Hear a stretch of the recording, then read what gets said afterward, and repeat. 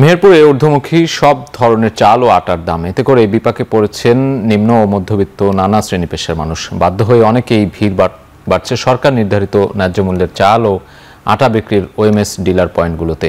এ বিষয়ে আরো জানিয়েছেন মুজাহিদ আল মুন্না।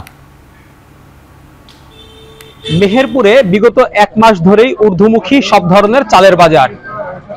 মোটা চাল মেহেরপুর বাজারে বিক্রি হচ্ছে সর্বনিম্ন 55 থেকে 56 টাকা করে, যার ফলে সরকার নির্ধারিত ভর্তুকি মূল্যে যে সমস্ত ডিলার পয়েন্টগুলো রয়েছে সেখানে কিন্তু প্রতিনিয়ত ভিড় বাড়ছে। আমি ওএমএস ডিলারগুলোতে খোঁজ নিয়ে দেখেছি প্রতিদিন একজন গ্রাহক 30 টাকা কেজিতে সর্বোচ্চ 5 কেজি চাল এবং 24 টাকা কেজি ধরে সর্বোচ্চ 5 কেজি করে আটা কিনতে পারে, যেটি বাজারের মূল্যের তুলনায় প্রায় অর্ধেক। আমি মেহেরপুর জেলা খাদ্য নিয়ন্ত্রকের সাথে কথা বলেছি, তারা আমাকে জানিয়েছেন মেহেরপুর পৌরসভার মধ্যে 9টি পয়েন্টে প্রতিদিন 5000 কেজি চাল এবং 5000 কেজি আটা সরবরাহ করা হয়। তবে আমি কয়েকজন ভোক্তার সাথে কথা বলেছি, তারা আমাকে জানিয়েছেন যেহেতু বাজার ঊর্ধ্বমুখী তাই ওএমএস ডিলার পয়েন্টগুলোতে সরবরাহ যদি আরো কিছুটা বাড়ানো যায় তাহলে কিন্তু গ্রাহকের সংখ্যা বাড়বে। অর্থাৎ এখন যেখানে 111 জন গ্রাহক কিনতে পাচ্ছে সেখানে